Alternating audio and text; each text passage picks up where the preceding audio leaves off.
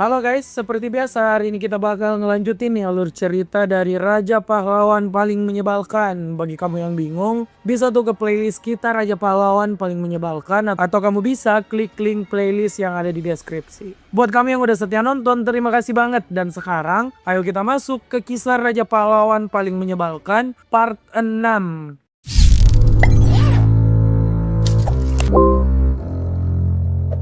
Di video sebelumnya, sang Raja Pahlawan Kang Yosung sedang mendapat tugas penting tuh buat ngebasmi Black Player yang melakukan kekejian pada manusia lain yang bernama Baek Dongsu. Kang Yosung sudah mengalahkan Baek Dongsu di dalam tower tier 4, tapi kontraktor Fire Monarch tersebut malah kabur ke Prancis. Kang Yosung sebenarnya sudah bisa mendapatkan kepala dari Baek Dongsu, cuma dengan sekali serangan, tapi tidak disangka tuh Saintes Maria Jäger malah muncul untuk melindungi Baek Dongsu. Saintes Maria Jäger ini memang dikenal dengan rasa keadilannya yang tinggi banget. Dia adalah salah satu player yang mewakili Prancis. Dia ada di sana karena memang dia sedang diperintahkan buat menangkap Baek Dongsu.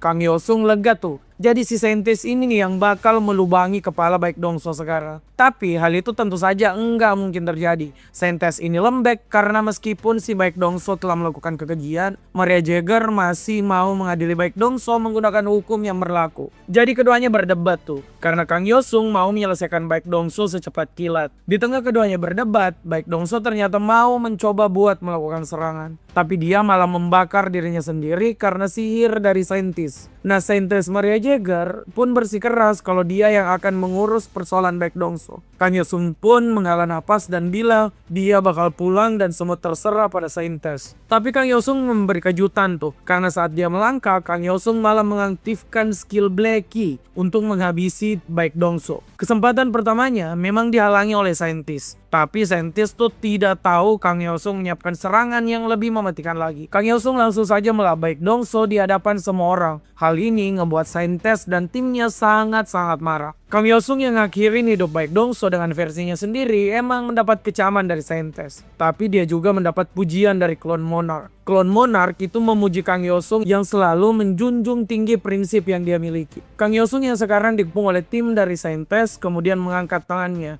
dan bilang dia menyerah. Dia capek berurusan dengan Saintes yang begitu naif. Nah, Kang Yosung bilang player kejam seperti Baek Dongsu itu nggak butuh melewati proses hukum. Black player seperti Baek Dongsu itu lebih berbahaya daripada fenomena tower break. Jadi nggak butuh buat diampuni. Saintes sampai terdiam dengan apa yang dikatakan oleh Kang Yosung. Kang Yosung kemudian bilang kalau Saintes nggak perlu khawatir. Saintes bisa menganggap Kang Yosung juga monster yang telah mengalahkan monster lain bernama Baek Dongsu. Perkataan ini malah ngebuat Saintes tuh makin gak tenang. Saintes merasa bersalah karena Kang Yosung malah merasa dirinya adalah seorang monster karena kenaifan dari Saintes.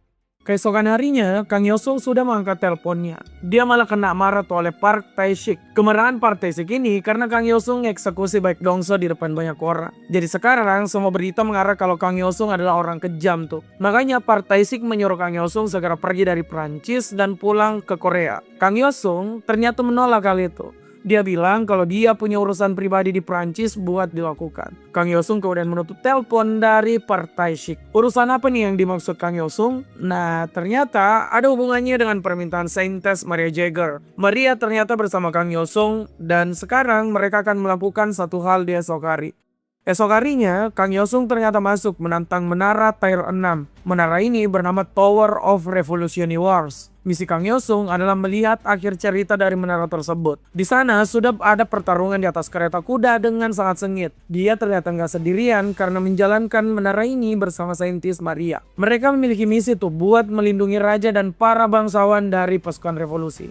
Nah, saat sampai di sebuah jembatan, Kang Yosung dan juga Saintes Maria keluar dari kereta kuda. Mereka berencana menahan pasukan yang mengejar para bangsawan dan keluarga kerajaan. Saat mereka turun, keduanya tuh sudah dihadapkan oleh salah satu komandan pasukan revolusi. Nah, mengejutkannya, komandan pasukan revolusi ini ternyata mengenal Saintes Maria. Saintes Maria ternyata sudah pernah masuk tuh ke dalam menara tersebut. Awalnya dia ternyata memihak pada pasukan revolusi. Tapi sekarang saat masuk untuk kedua kalinya, dia malah berpihak pada keluarga kerajaan yang dianggap korup oleh semua orang. Saat melihat pasukan komandan ini menangis, Maria cuma terdiam dan tertegun. Kang Yosung yang melihat kalau Saintes Maria stres karena kehadiran komandan pasukan tadi, sadar kalau permintaan Saintes ada hubungannya dengan tower yang mereka masuki. Nah di sini ada flashback dikit tuh. Saintes Maria ternyata sudah masuk dalam tower ini, bahkan sebelum towernya jadi tower tier 6. Awalnya tower ini hanya tier 5 dan Maria itu berpihak pada pasukan revolusi. Ya seperti yang kelihatan, tema dari tower ini mengambil momen revolusi Prancis yang legendaris. Makanya Maria pernah berpihak pada pasukan revolusi karena sebagai orang Prancis, Maria tentu mendukung momen tersebut. Nah Kang Yosung yang ngedengar pengakuan tersebut mewajari jika Saintes Maria sekarang malah gusar karena berpindah pihak. Apalagi alasan Saintes Maria untuk berpindah pihak tuh karena dia cuma mau mencapai skenario tier 6 dari menara tersebut. Di sini kita dapat penjelasan lagi kalau ternyata ada tower spesial seperti yang mereka masuki sekarang yang bisa punya kelanjutan cerita bergantung pihak mana yang kita pilih. Kang Yosung yang melihat Saintes Maria sudah punya keputusan bulat buat berpihak pada kerajaan dan melawan pasukan revolusi, kemudian memerintahkan Maria buat bersiap. Kang Yosung langsung saja tuh menyerang pemimpin pasukan revolusi dan bilang kalau dia dan saintis akan memilih untuk berpihak pada para bangsawan. Jadi pasukan revolusi ini bisa pulang sekarang. Kang Yosung gak ingin ada korban yang tidak dibutuhkan. Pihak pasukan revolusi ini tentu saja enggak mau mundur. Pasukan revolusi yang mencapai fakta harus melawan para player kemudian memasang magic armor yang udah mereka siapkan. Semua pasukan revolusi ini sudah berubah jadi pasukan mirip Iron Man tuh. Magic armor ini memberikan pertahanan dan serangan yang lumayan berasa. Karena Kang Yosung dan Saintes harus terus menghindar. Kondisi medan tempur yang makin panas ini kemudian membuat keduanya harus bertindak. Saintes Maria memberikan Kang Yosung beberapa buff yang Kang Yosung butuhkan. Buff dari Saintes ini memang gak main-main. Bahkan statusnya bukan cuma buff, melainkan udah sampai di ranah blessing. Kang Yosung yang dapat blessing Saintes itu melihat semuanya bergerak jauh lebih lambat. Kang Yosung sampai tertarik tuh ngecoba berbagai hal dengan blessing tersebut. Makanya saat saintis mau maju, Kang Yosung langsung menutup penglihatan saintis dengan menggunakan skill Curtain of Absolute Darkness supaya Kang Yosung bisa bertarung sendirian. Sebenarnya alasannya tuh bukan cuma itu. Kang Yosung juga tahu kalau hal yang paling membuat Saintes Maria gak nyaman adalah mengalahkan para pasukan revolusi yang pernah berada di pihaknya. Di dalam kegelapan, Kang Yosung terus menyerang pasukan revolusi. Magic armor mereka emang tidak mudah ditembus. Kesulitan lainnya juga karena ternyata armor ini tuh memberikan penglihatan yang mumpuni bagi pasukan revolusi jadi bisa melakukan serangan belasan. Tapi Kang Yosung tidak khawatir.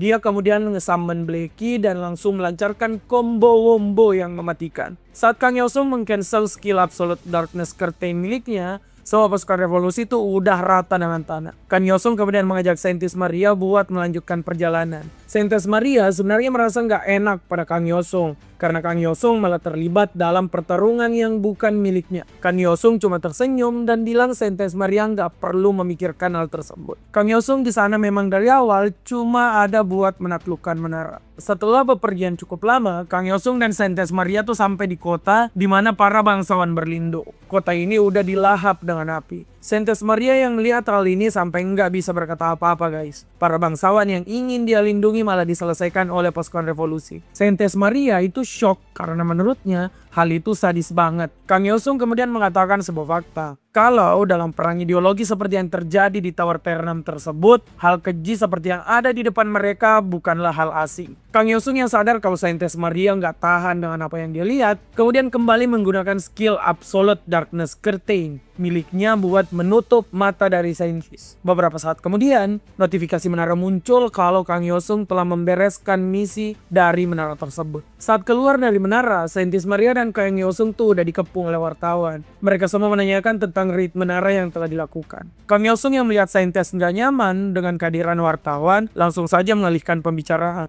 Dia ngebuat kehebohan dengan bilang, di dalam menara mereka tuh berdua cuma kencan. Hal ini berhasil mengubah wajah Saintis Maria yang dari tadi murung jadi salah tingkah. Berita kalau kedua orang ini kencan itu langsung saja dimakan oleh publik. Jadi Saint Maria yang dari tadi murung bisa teralihkan pikirannya buat memberikan klarifikasi. Kang Yosung senang tuh ngelihat Saintis Maria nggak lagi mendapat beban pikiran dari tower yang baru mereka selesaikan. Kang Yosung yang bisa berakting dengan baik dan mendapat perhatian secara tidak terduga mendapat pujian daripada Monarch. Bahkan gak sedikit tuh yang menghadiahi skill card tingkat tinggi pada Kang Yosung. Contohnya Shadow Monarch, Assassin Monarch, dan juga Guide Monarch memberikan Kang Yosung sebuah skill card.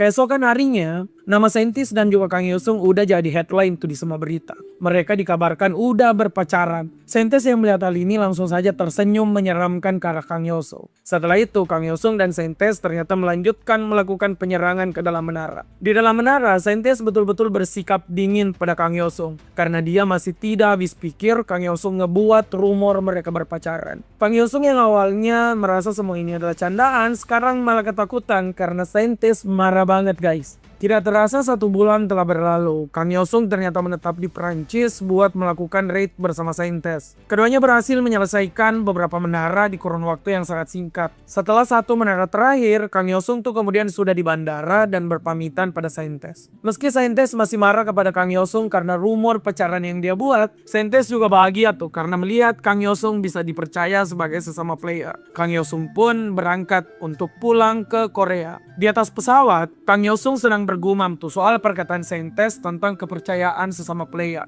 Kang Yosung sebenarnya nggak percaya dengan ungkapan semacam itu karena bagi Kang Yosung, player sekarang itu bisa saja dikendalikan oleh negara kemudian memusuhi satu sama lain. Ya meskipun begitu, Kang Yosung udah senang bisa ngejalanin raid di Prancis bersama Saintis Maria. Jadi dia berencana buat mengajak Saintis ke Korea tuh. Di tengah Kang Yosung sedang bergumam seorang diri, Blacky tiba-tiba menyela Kang Yosung. Kang Yosung sampai kaget karena sekarang Blacky udah bisa bicara. Blacky mengaku kalau dia udah evolusi beberapa minggu lalu. Cuma dia itu males ngomong karena Kang Yosung lebih fokus mesra-mesraan dengan Saintis Maria. Nah karena Saintis Maria udah nggak ada di sana, Blacky langsung bilang kalau mereka ini harusnya fokus ngecek kartu skill yang mereka dapatkan. Kang Yosung langsung setuju tuh dengan apa yang dikatakan oleh Blacky. Saat mulai membuka skill card yang Kang Yosung dapatkan, kita dapat penjelasan nih. Kenapa di dunia Kang Yosung skill berbentuk sebuah kartu. Nah ternyata kartu ini emang bisa dibentuk menumpuk sebagai sebuah deck. Kayak main kartu Yu-Gi-Oh gitu ya. Nah biasanya deck akan mencerminkan sebuah sinergi dan mendapatkan sebuah buff yang sangat berguna. Kang Yosung yang udah nyusun deck skill miliknya kemudian mendapatkan kelas buff. Kelas Kang Yosung sekarang dikenal sebagai Shadow Assassin. Jadi, semua skill yang berhubungan dengan Shadow Monarch dan Assassin Monarch bakal diperkuat. Sensasi kekuatan baru ini tentu saja sangat menyenangkan dan membuat penasaran buat dicobain. Kang Yosung bilang kalau setibanya mereka di Korea, mereka harus langsung melakukan raid menara supaya bisa ngecoba efek kelas baru tersebut. Saat sampai di Korea, Kang Yosung sudah siap tuh buat menaklukkan menara. Tapi dia harus melakukan sesuatu dahulu. Kang Yosung masuk dalam sebuah klub bawah tanah.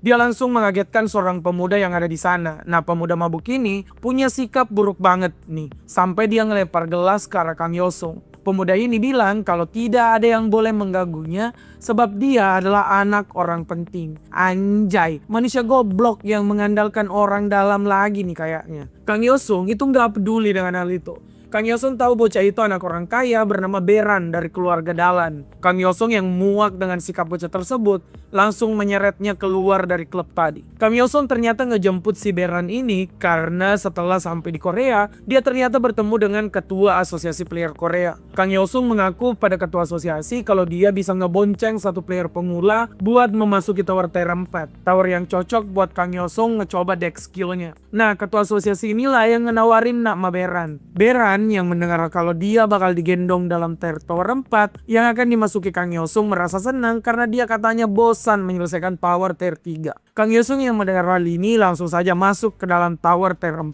bersama Beran.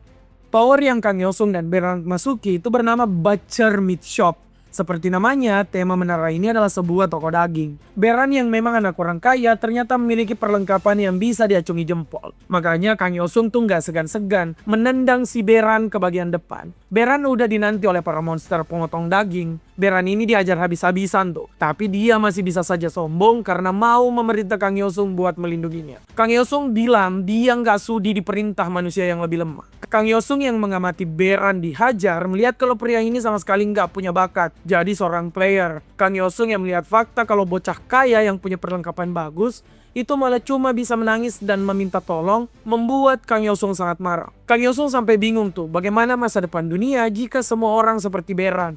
Bocah kaya yang cuma mengandalkan kekayaan dan koneksi orang dalam doang. Kang Yosung udah muak dengan apa yang dia lihat. Kang Yosung pun maju ke medan tarung buat ngecoba semua skill baru miliknya. Pertama, ada skill shadow trading yang bisa mengendalikan bayangan di sekitar Kang Yosung. Kedua, ada skill blood magic. Kang Yosung tuh bisa mengendalikan darah untuk menghancurkan monster yang bisa terbang. Dengan skill baru miliknya, Kang Yosung meratakan monster seperti mengambil permen dari seorang bayi. Nah, meski sudah diselamatkan oleh Kang Yosung, si Beran ini masih nyolot guys. Dan bilang kalau Kang Yosung tuh nggak becus ngejagain dia. Makanya Beran bakal melaporkan Kang Yosung ke ayahnya saat mereka keluar dari menara. Bacot Beran ini menjengkelkan banget. Dia membuat Kang Yosung menggunakan skill lain yang telah dia dapatkan, yaitu Assassin Warning. Sebuah tanda tengkorak kemudian muncul di atas kepala Beran. Dan ternyata dia terkena efek debuff. Beran yang udah lemah jadi makin lemah karena skill Kang Yosung tersebut. Kang Yosung langsung saja tuh nyelesain si Beran agar Nepo BB ini bisa ditendang keluar dari menara. Kang Yosung bilang dia nggak sudi ngegendong orang yang tidak berguna. Tindakan Kang Yosung ini tentu saja bakal memicu konflik antar dirinya dan pihak Asosiasi Korea. Apa yang akan dilakukan Kang Yosung selanjutnya? Penasaran? Nantikan saja di video berikutnya dan jangan lupa komen, like, share, dan subscribe obrolan isekai.